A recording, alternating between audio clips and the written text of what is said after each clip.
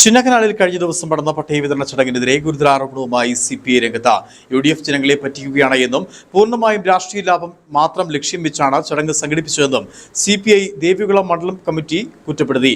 മുൻ LDF സർക്കാരിന്റെ കാലത്ത് തയ്യാറാക്കിയ പട്ടയങ്ങൾ വിതരണം ചെയ്ത് നിലവിലെ MLA കയ്യടി നേടാൻ ശ്രമിക്കുകയാണ് എന്നാണ് പ്രധാന ആരോപണം.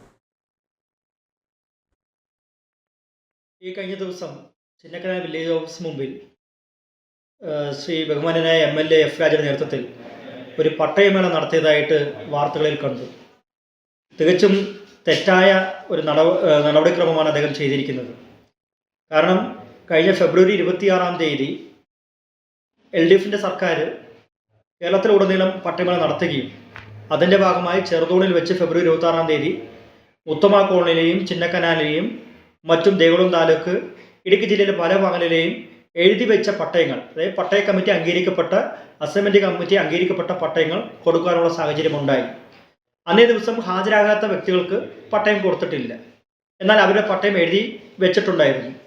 ആ പട്ടയങ്ങളെയാണ് തിരഞ്ഞെടുപ്പ് പെരുമാറ്റച്ചട്ടങ്ങൾ ഉള്ളത് കൊണ്ട് കൊടുക്കാൻ പറ്റുന്ന സാഹചര്യം വന്നതിനാണ് ഈ കഴിഞ്ഞ ദിവസം MLA വില്ലേജ് ഓഫീസിന് മുമ്പിൽ എടുത്തു കൊടുക്കുന്ന ഒരു സാഹചര്യം ഉണ്ടായിട്ടുണ്ട്. MLA കൊടുത്തുകൊണ്ട് തെറ്റില്ല, അത് ഞങ്ങൾ ജനാധിപത്യത്തെ അംഗീകരിക്കും.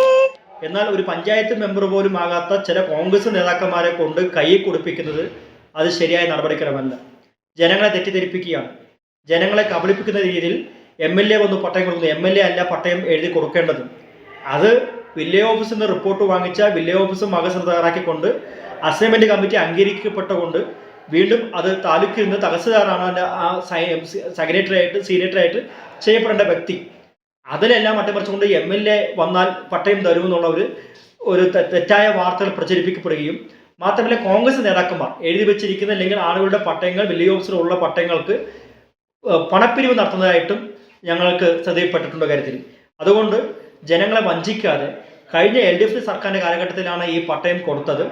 LDF സർക്കാരാണ് പട്ടയം കൊടുക്കുവാൻ തീരുമാനം എടുത്തത്. ഉത്തമ കോളനിയിലെ ജനങ്ങൾക്ക് അന്നത്തെ ജനങ്ങളുടെ എല്ലാ പ്രശ്നവും പരിഹരിക്കാൻ വേണ്ടി പ്രത്യേകിച്ച് ഒരു ഉത്തരവ് വാങ്ങിക്കൊണ്ടാണ് ആ പട്ടയം അവിടെ കൊടുക്കാൻ തീരുമാനിച്ചത്. അത് കോൺഗ്രസ് നേതാക്കന്മാർക്കും കോൺഗ്രസ് പാർട്ടിക്കും യാതൊരു ബന്ധവുമില്ല. ഇപ്പം നിലവിൽ MLA മാറിയ സാഹചര്യത്തിൽ അത് മുതലെടുക്കുന്നത് ശരിയല്ല എന്നാണ് ഞങ്ങൾക്ക് പറയാൻ സാധിക്കുന്നത്.